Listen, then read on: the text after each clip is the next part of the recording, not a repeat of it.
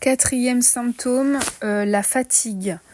Donc ce n'est pas une fatigue que l'on peut ressentir comme une personne lambda normale, c'est-à-dire après avoir fait une journée de boulot ou après avoir fait une séance de sport. Non, c'est pas une fatigue comme ça. Là, c'est une fatigue qui est violente, qui touche tout le corps. Elle est quotidienne, invalidante, sévère. Je parlerais même plutôt d'épuisement plutôt que de fatigue. Elle est non soulagée par le repos. Donc ça veut dire qu'effectivement on peut dormir 10 heures par nuit, le lendemain matin on n'a toujours pas récupéré assez d'énergie pour faire ce que l'on doit faire dans sa journée. Donc c'est une fatigue vraiment très profonde qui vient, comme je l'ai expliqué dans une autre vidéo, des cellules. C'est-à-dire que dans la cellule, la mitochondrie, la centrale énergétique de la cellule qui fournit l'énergie est altérée et donc nos cellules ne fabriquent pas d'énergie, donc on est intolérant à l'effort. Donc c'est pas du tout le même genre de fatigue. Alors effectivement, je suis fatiguée, je ressens la fatigue dans ma vie quotidienne, mais c'est pas tant ça le souci. Des fois je me sens pas particulièrement fatiguée, mais c'est simplement que mon corps montre des signes de fatigue très rapidement en fait. Donc au moindre petit effort, petite chose que je fais, je sens que ça y est, faut que j'aille me reposer. Donc c'est pas vraiment un symptôme de la maladie, c'est plutôt la maladie tout court en fait, la fatigue. Donc ce que je fais effectivement et qui est très important pour éviter le crash, c'est de ne pas attendre d'être fatigué pour se reposer, mais de se reposer de manière systématique et anticipatoire au moindre effort prévu, ou même s'il n'y a pas d'effort de prévu, de se reposer quand même. Effectivement, il y a des choses qui vont aggraver la fatigue, comme les règles, une infection, ou par exemple un rendez-vous médical qui va m'obliger à sortir. La fatigue est à la fois cognitive, sensorielle, psychologique, physique. C'est vraiment très particulier comme fatigue.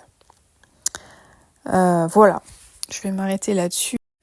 Cinquième symptôme, c'est l'atteinte du système nerveux autonome. Ça s'appelle la dysautonomie.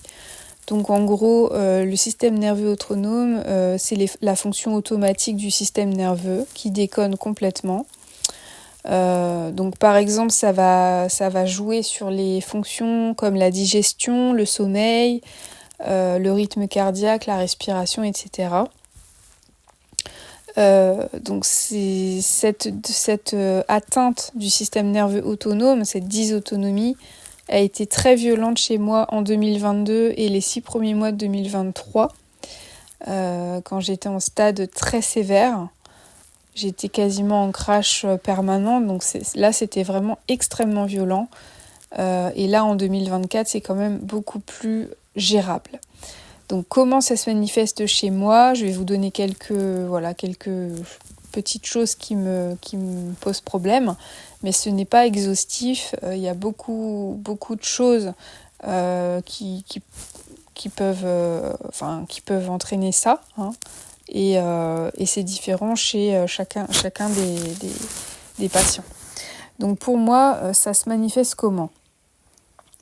Cette atteinte du système nerveux autonome, par des angoisses, on se sent angoissé. Il y a une sensation d'agitation interne qui est très profonde. Au niveau des muscles, je vais avoir des contractions involontaires des muscles, donc c'est des spasmes musculaires. Le muscle qui saute tout seul, c'est les fasciculations. Et j'ai pu ressentir aussi parfois des vibrations à l'intérieur des muscles. Donc ça, c'est vraiment très particulier. Il y avait aussi, à un moment donné, dans mon parcours, une hypersensibilité au toucher. Et puis, effectivement, les brûlures dont j'ai parlé. Donc ça s'appelle des douleurs neuropathiques. C'est des douleurs inflammatoires liées à l'inflammation du système nerveux, en fait. La myéline, le cerveau, la moelle épinière, etc. J'ai eu également des décharges électriques à l'endormissement. Donc ça, c'est vraiment très stressant, très désagréable. Ça n'a pas disparu, mais ça va quand même beaucoup mieux. J'ai eu des désaturations, c'est-à-dire des baisses d'oxygène très violentes au niveau central. Donc là aussi, ça va mieux de ce côté-là. J'ai eu des troubles digestifs assez importants, du reflux gastro-œsophagien, des douleurs gastriques, des contractions du muscle de l'œsophage. Ça, c'était horrible aussi. J'ai des difficultés à réguler la température de mon corps, le chaud, le froid. Donc c'est pour ça que l'hiver, j'ai froid. Je suis vraiment pas bien. Je suis enroulée dans des bouillottes et des couvertures chauffantes. Et puis l'été, dès que c'est la canicule, j'ai la température qui monte et j'ai besoin d'être beaucoup dans un environnement climatisé. Voilà, donc le système nerveux autonome, c'est un peu tout ça. Donc qu'est-ce que je fais pour gérer tout ça ? Il y a les antidépresseurs, les anxiolytiques, le CBD, la relaxation. C'est vraiment les choses qui soulagent. Et puis surtout le temps. Voilà, avec le temps, ça s'améliore. On revient vers un stade très sévère, modéré dans la maladie. Et peu à peu, on a une amélioration. Alors un symptôme, le 6e, très important, le système immunitaire est complètement affaibli. On appelle cela être immunodéprimé. Donc comment ça se manifeste ? Donc déjà par une fragilité au niveau de l'immunité, donc on attrape beaucoup plus facilement des infections. Donc ça peut être effectivement des rhumes, ça peut être, des panaries, des infections au niveau de la peau. Donc moi j'ai eu pas mal de soucis de peau, j'ai eu des dermites périorales, des hématomes spontanés parce qu'on a aussi des problèmes de circulation sanguine. J'ai eu une infection dont je vais pas donner le nom parce que il est assez compliqué, de l'acné, pas mal de problèmes de peau et ça c'est lié à l'immunité aussi. Régulièrement, je me retrouve avec des symptômes pseudo-grippaux, c'est-à-dire mal à la gorge, des courbatures, des céphalées, etc. Donc, on a vraiment un système immunitaire qui est complètement affaibli en fait par la persistance virale du virus du Covid, ou en tout cas dans mon cas de la protéine spike vaccinale qui est toujours dans mon corps, comme je l'avais expliqué dans une autre vidéo.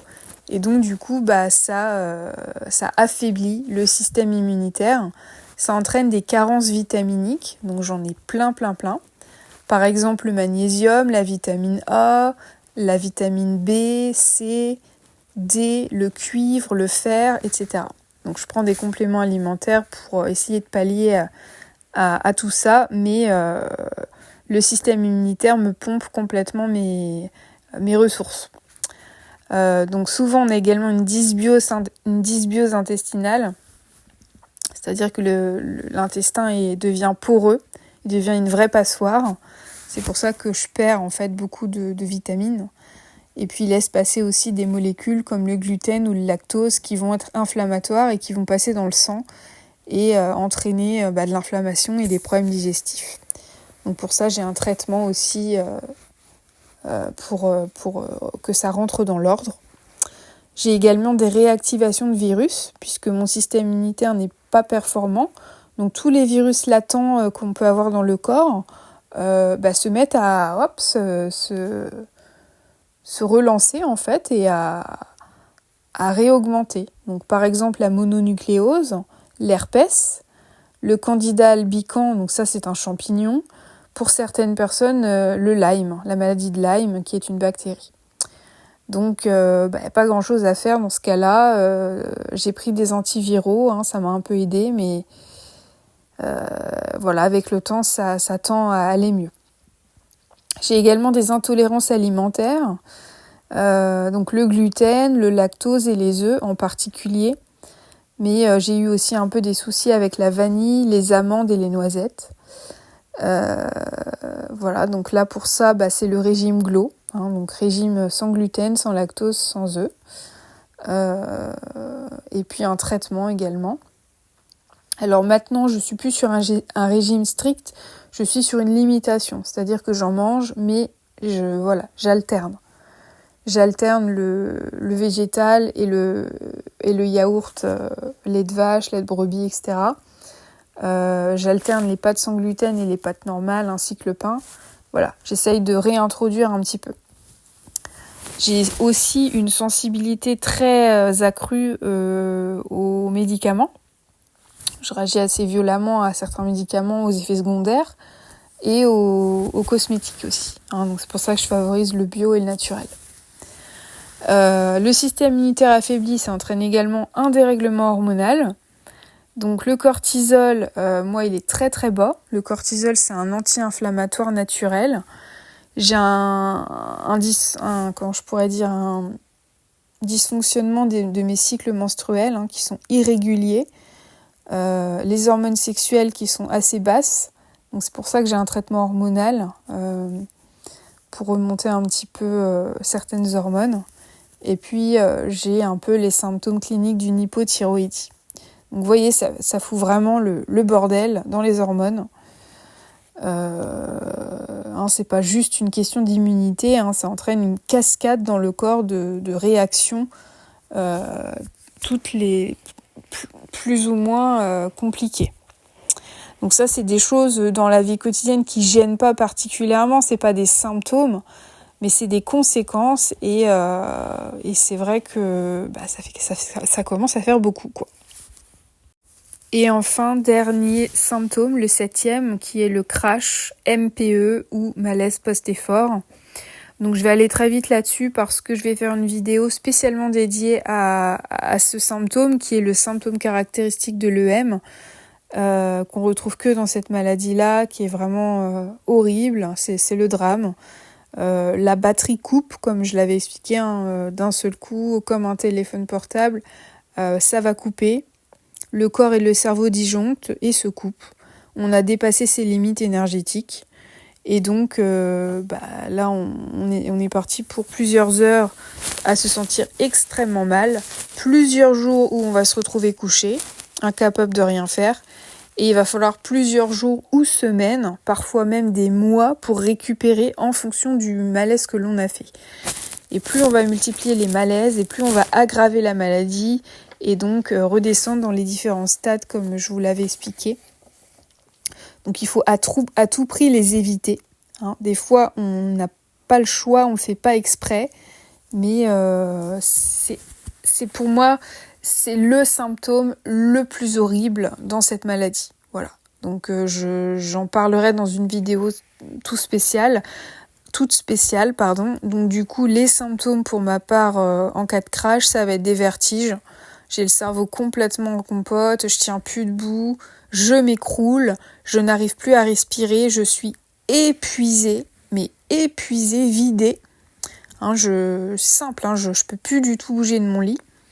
C'est un mélange entre une grippe carabinée, une crise d'angoisse, une crise d'asthme, une gueule de bois.